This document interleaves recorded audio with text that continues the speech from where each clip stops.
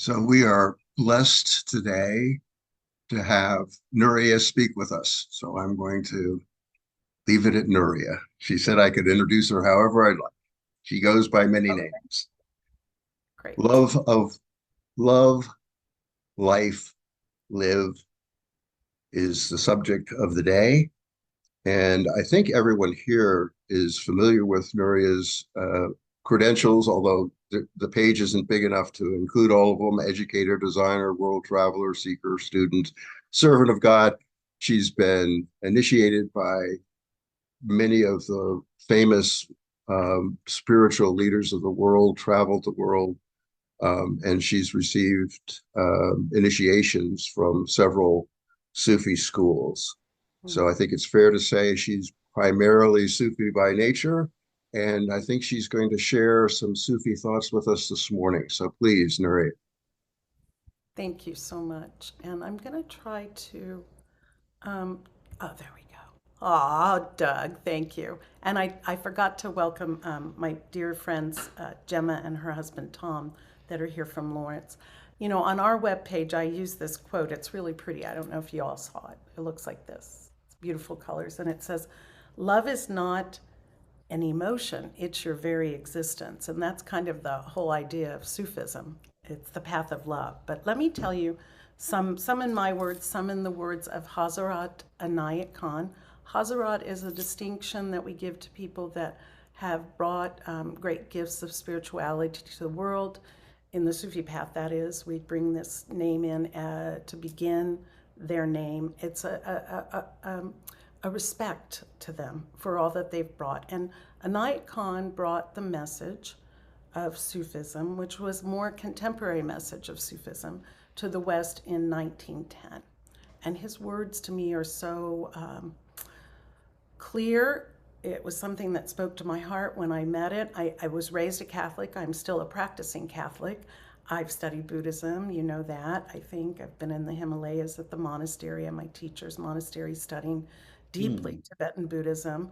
And so the wonderful thing about this path is, like a student of mine, she came into my office when I was at the college and I had all these different sort of religious things around. And she goes, "Well, what are you?" And I said, "Everything." She goes, "Everything? How's that possible?" I said, "I think you don't have to choose. You can draw from all paths.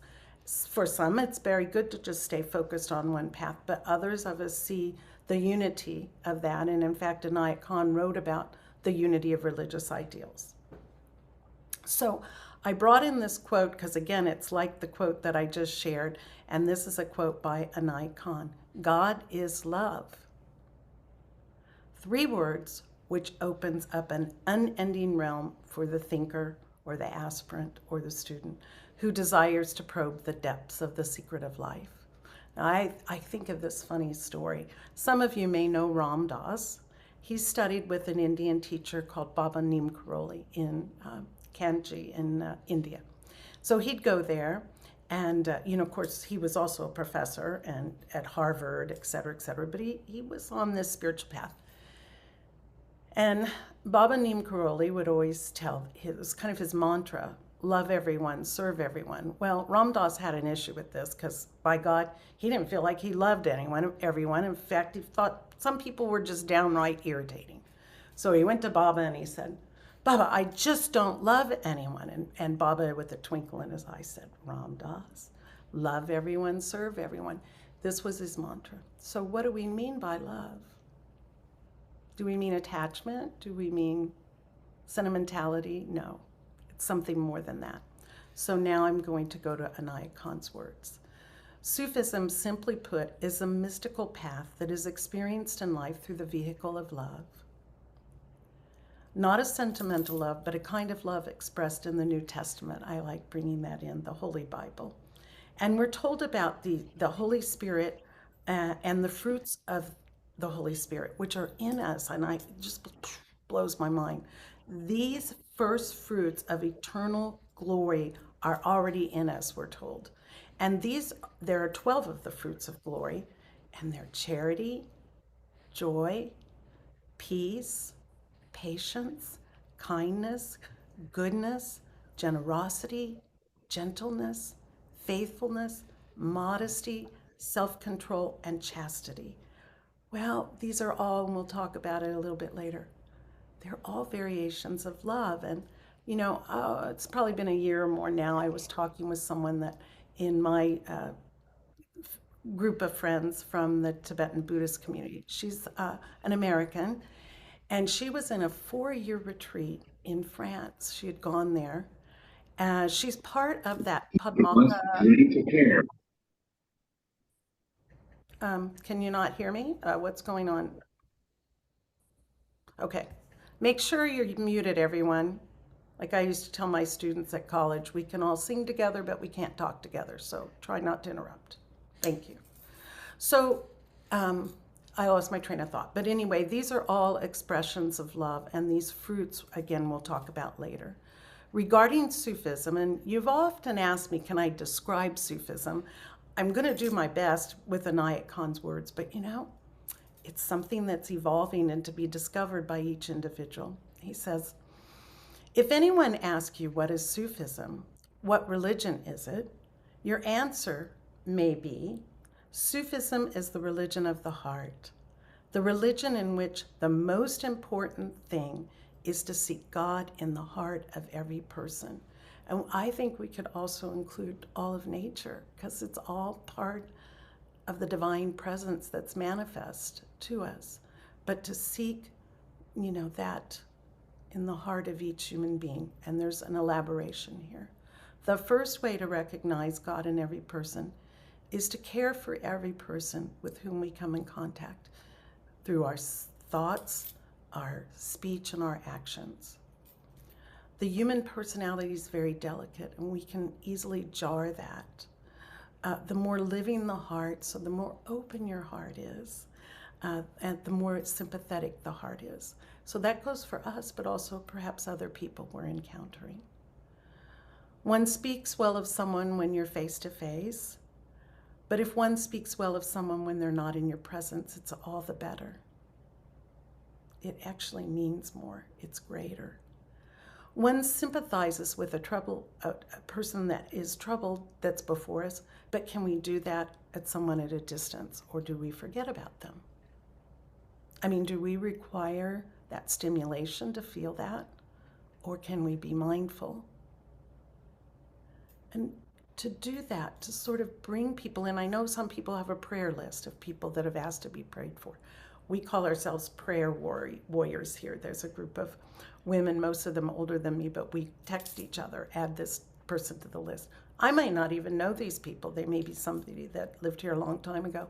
But praying for them, it opens the heart. It makes us feel, it can stimulate compassion. Nothing makes us do anything. This is all grace of God. So in that way, I guess God makes us do things. But it helps us to be open our heart wider and wider to encompass others besides someone that is just before us. So that's that's the second way, is to practice when someone's present and when someone's at a distance. So I'm going to go back because I think I've missed something. So the first way to recognize God is in every person. I already said that. And to care for every person whom we're in contact with. The person whose heart is not sympathetic is without feeling. Their heart is not living. In that case, the divine spirit is buried in the heart. Now, Inayat Khan doesn't say it's not there, but he says it's buried in the heart. So we have to uncover it. And I believe that our practices help us do that. The next way of practicing the religion of the heart is to think of the feelings of a person that we're with at a moment. And I just talked about that. I had jumped ahead. So do we need the stimulus of someone just being there in the moment? Or do we need to or can we expand? Suri, you have your hand up. Did you have a question? Okay, I'll put that down. It's nice to have all these little things to see if you can keep your concentration. Okay. So being able to feel really humanity. You don't have to go very far. Turn your TV on and watch the news. There's a lot there that we can pray for. The third way of realizing the Sufi principle is to recognize that one's own feelings are the feelings of God, that those are given to us in a kind of grace, and to realize that every impulse that arises in one's heart is a direction from God. Now, I think this is very special. This is kind of super esoteric, because everything that arises is a direction from God. You know, I've had a challenging situation in my life with someone that I thought was a really good friend, and things have gone awry. That's not to say they won't come back, but that too is a direction of God. And my feelings that I'm wrestling with about this are a direction of God. And it's God's grace that's allowing me to have this struggle and conflict inside, to work through something and to try to keep my heart open. And maybe you have those things as well in your life. I'm sure we all do. So realizing that love is the divine spark in one's heart, one blows on that spark. And this is the medium of breath. And we've talked about that before when I visited you. You know how important the breath is. It can cause us to expand by elongating the breath. We can direct the breath into a certain part of our body. It is used in Sufi absentee healing services to direct the breath on a vibration of a sacred sound towards that person that we are asked to pray for in healing. So the breath is a really important vehicle, and it's something, well, I think we often take that for granted. It's such a blessing to have. But realizing that love is the divine spark in one's heart, and then again blowing on that spark is important. From that, a flame may arise, and this illuminates our life's path. It's illuminating the direction God's putting us in. It's not all, rainbows and unicorns, as people say. It can sometimes be the school of hard knocks, but that's also a direction of God and is teaching us something. But that message is constantly coming from within. But we have so much noise out here, so much entertainment, so much things to keep our minds busy. But what happens if we sit and we listen? A few times I was asked to lead some practices to take people at Unity Village. They have those retreats in the summer. And it's like, can you lead some practices to take people into the silence? And people told me they were afraid. It was just a night. I mean, most of it they were going to be sleeping, but they were afraid to be silent with their own thoughts. But it's profound, because over a period of time, this is also a practice of the Sufis, silent retreat, either in groups or individually for a certain length of time. And that helps you see that the thoughts at first maybe are very busy, but they start to smooth out, and you start to, it's almost like the heart machine in a hospital. It just gets slower and slower, and you can start to separate things. But to let the voice of God come through. We call it the spirit of guidance in Sufism. Sufism awakens in humanity a spirit to being part of a human family. And Buddhism also teaches us this, that when we look around, we say, that's a human being. They want the same things I do. They want comfort. They want food. They want shelter. They want love. These are things that all human beings, and I think animals and nature also, that we're stewards of, want in their lives. So seeing that we're not so different, that's another me over there, and trying to, this is a golden rule, right? Treat others as you wish to be treated. I think that's the golden rule. Someone can correct me later. But it teaches us that we are part of this humanity. And on this path, we frequently, some of us that choose to do that, take up the study of all the major world religions, and even the ones that aren't so major. But it's one of the schools within our Sufism.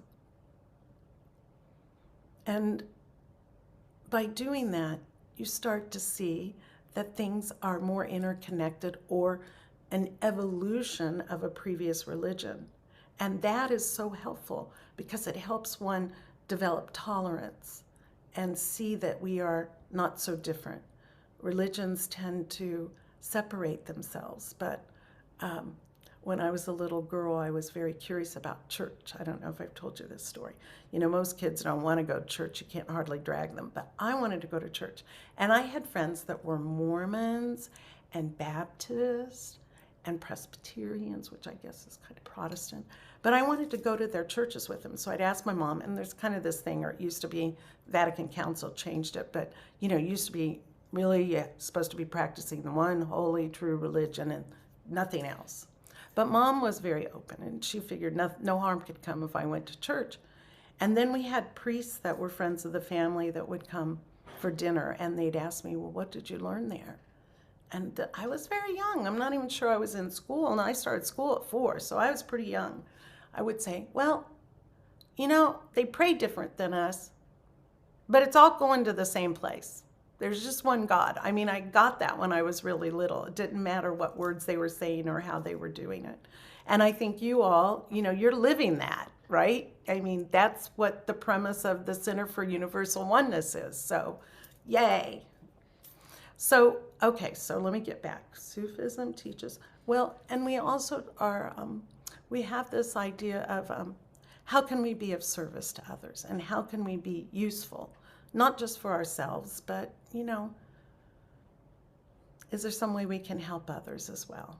And I think we can do this in very small ways. Wasn't it yesterday that was on the envelope, Joe, when we gave at church, that famous quote of Mother Teresa, Saint now Mother Teresa, that I love. You know, we may not do great things, but we can do small things with great love. And so a smile, you know, is an invitation to someone, you know, a kind look, opening the door for someone, you know, asking if you can carry the groceries for someone, whatever. These are little ways that we can be of service and show people that we see them and love them. So Sufism teaches service and usefulness, which alone can make the world so fruitful and open up all kinds of connections. And this fruitfulness gives us a kind of satisfaction to the soul, because the soul needs that. Maria wants to enter. We're going to let her in. Okay. Hi, Maria. So Sufism teaches us that every kind of power lies in one thing, which we call by the simple name love. So now we're going to revisit. These are Inayat Khan's words, but you'll see that they're very much like the 12 fruits that were mentioned in the New Testament. Charity, generosity, kindness, affection, endurance, tolerance, and patience. Does anyone struggle with the last one? That's a big one. But God's trying to teach us all the time. When we're feeling impatient, God's there saying, try it again. So all these words are different aspects of love. Oh, that's what I was going to say at the very beginning. Here's the place for it. So I had a friend, she was a translator. She did pretty good with the Tibetan language. And so we had met, and she was translating. She was American. She was translating from Tibetan, even some of the esoteric languages of Tibet into English. And we spoke on Skype or Zoom, well, within the last year or so. And she was telling me that she was currently in France. She was in a 4-year retreat, and she was translating, because she's part of the, I think it's called the Padmaka. I'm looking over there, my husband's not behind me, he's ahead of me, this is a mirror. Anyway, she was translating this esoteric text into English, and she was saying that even into the Tibetan language, there are 400 ways to say love, but was very specific to this teaching. So finding the right word to use in that teaching was very important. And it's like that, you know, everything we can see as love. And then Murshida is saying, or Inayat Khan is saying this here. So whatever is said about these words and these different names, it just means that God is love. And whatever name is given, all these names may be a different form of love, but every name is love. And it has a unique vibration to it. So we know how, if we think, how is charity different than tolerance? And how is kindness different than generosity? But they're all forms of love. It's all a way of extending ourselves beyond this limited boundary to connect with the world around us, other human beings, nature. Places have it. If you've traveled, especially, well, special places here too. Churches have this feeling, are we sensitive enough to feel it? In India, there are these places that are, you feel it. And if you ask, what happened in this place? You're told, a saint lived here on this corner and people came to visit them, but you feel that vibration. So this is what we're talking about, tuning in, not becoming schizophrenic, by the way, but becoming sensitive and understanding what that is and not being afraid of it. It's like that Bill Murray movie. Was it called The Razor's Edge? It can be like that. You have to decide if this esoteric path is for you, and that if you can keep clear, keep in this world and be a part of that world at the same time. Rabia Basra, a great Sufi saint, she would say, eating the bread of this world, but doing the work of that world. Or, Our Father, who art in heaven, hallowed be thy name. Thy kingdom come, thy will be done on earth as it is in heaven. Can we keep that connection going? It's just different ends of a pole. So it's like that. So all the fruits of the Holy Spirit are indeed various forms of love as different manifestations which distinguish themselves for different purposes. And I tried to just illustrate that.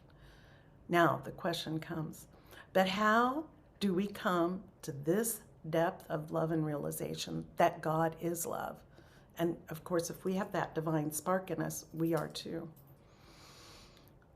Well, we come to this realization through the development of what Hazrat Inayat Khan calls the inner life. He describes the development and the attainment of the inner life in 5 steps. I think I've gone over time, haven't I? I've gone over time. I'm so sorry. This was too much to cover. So, right? I mean, I was only supposed to be here 20 minutes and I've already been here 25. So I need to let you... You need more time.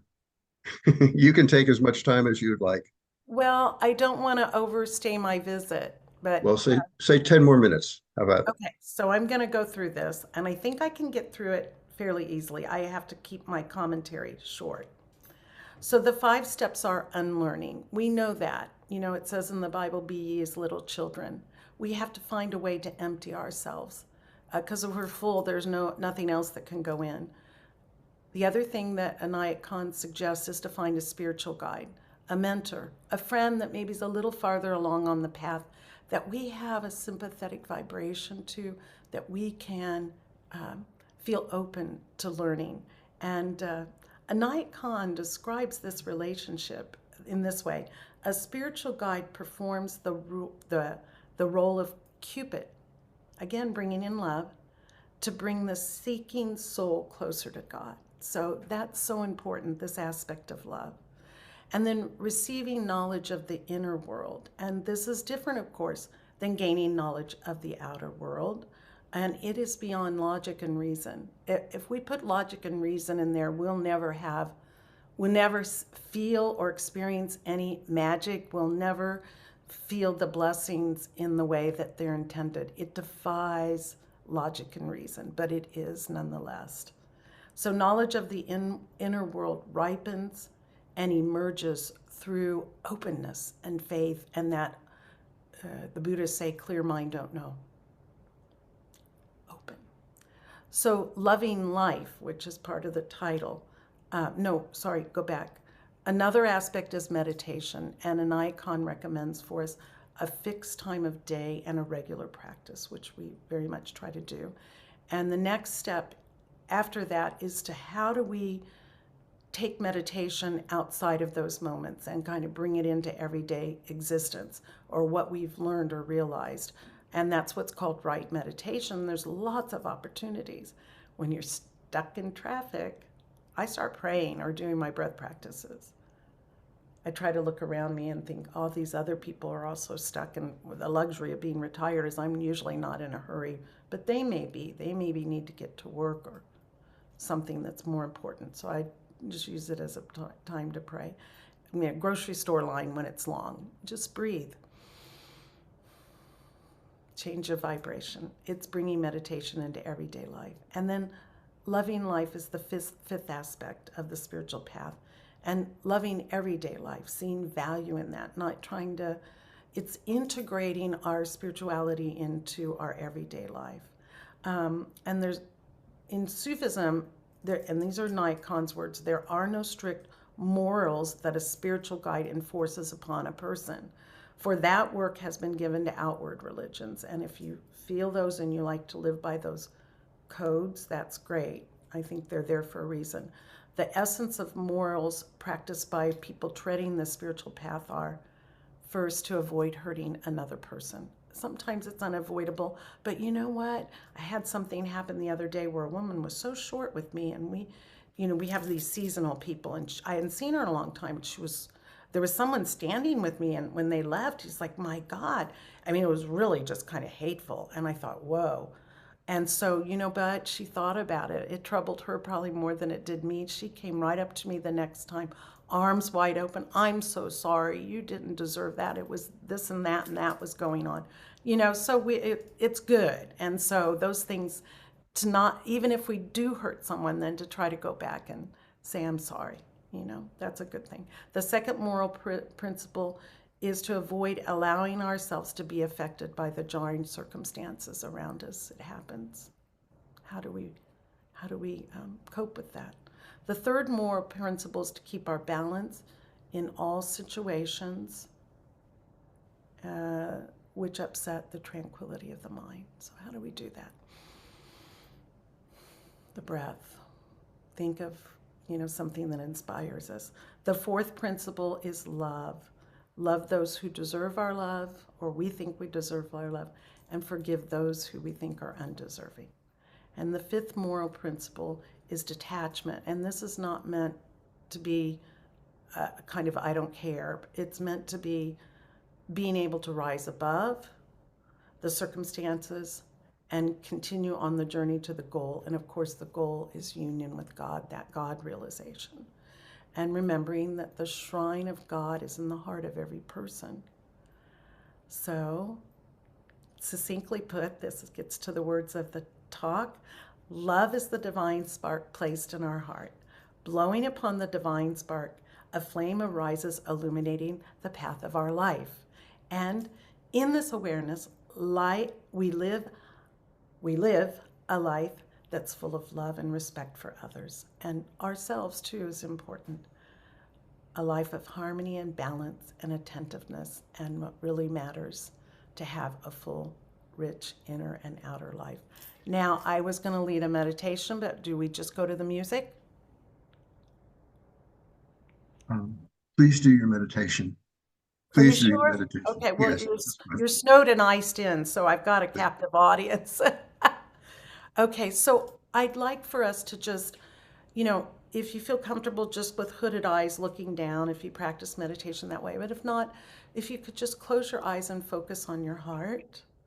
And remember, as was taught, there's this divine spark there. That is in every human being. It may be covered up, but we know if you're here, you have that and you know that it's there. And so, again, using the vehicle of the breath, sort of see yourself inside the shrine of your own heart. And for everyone, that will take a different form. But with the medium of the breath, gently enter that space. Find that little glowing ember and begin to gently blow on it. We're not going to create a raging fire, but something that just warms us in the most beautiful way, and also something that makes us feel alive and lit up. And so just allow the light to grow and let it be gentle. And it can help. You know, you always think of the saints that are glowing. That's because their inner light is shining out. So let your hot halo glow, and let your body and even the energy extending beyond your body just be filled with light. And let that light reach all the places that need attention and love and healing. And then, if you wish, you could invite people you love into that space with you, and also people that perhaps have inspired you along your path. And even maybe your heart space is in nature, and so feeling that surrounding comfort of nature. And just keep breathing into this space. And then what's also important is to see if we can bring a situation or person that maybe we're finding difficult at this time into that space.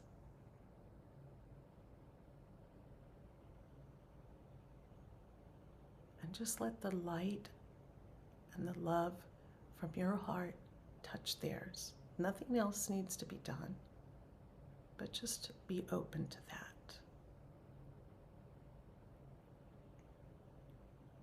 And in this situation, it's important, especially because this practice is used to bring a situation or a relationship into our heart space, to try to gain clarity, to listen to the spirit of guidance. We don't need to change anything. Maybe that is only arising as that message from God to teach us something. So if we had longer, we could sit with that. You can use this for yourself and see if something awakens in you.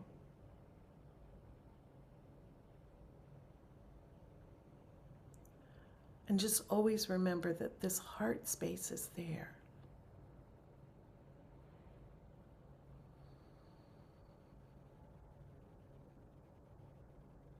And for me, sometimes there's just a wall. It's like nothing comes, but I just let that heart space be there and that situation continue to be there, and be mindful to it, because sometimes it's trying to teach me patience. And so just let that be and see that as a gift of God. And use this, as Inayat Khan said, direction of God. Those were his words.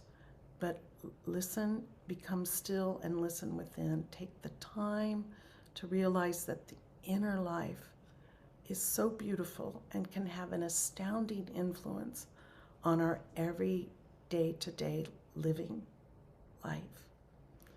Love, life, live.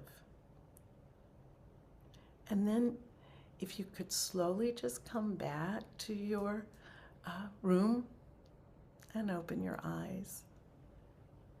And I don't know, felt good. Feel very tender now. So I'm a crybaby. Anyway, I think, Kyle, there's a music that I've selected. Most of you are going to know this. This is called What the World Needs Now, with the lyrics, and I think they'll go over the video, and written by Burt Bacharach. And so you'll remember this, but it's beautiful. And let these images fill you, and try to let that love flow to all the circumstances and things that you'll see in this video. Thank you, Kyle.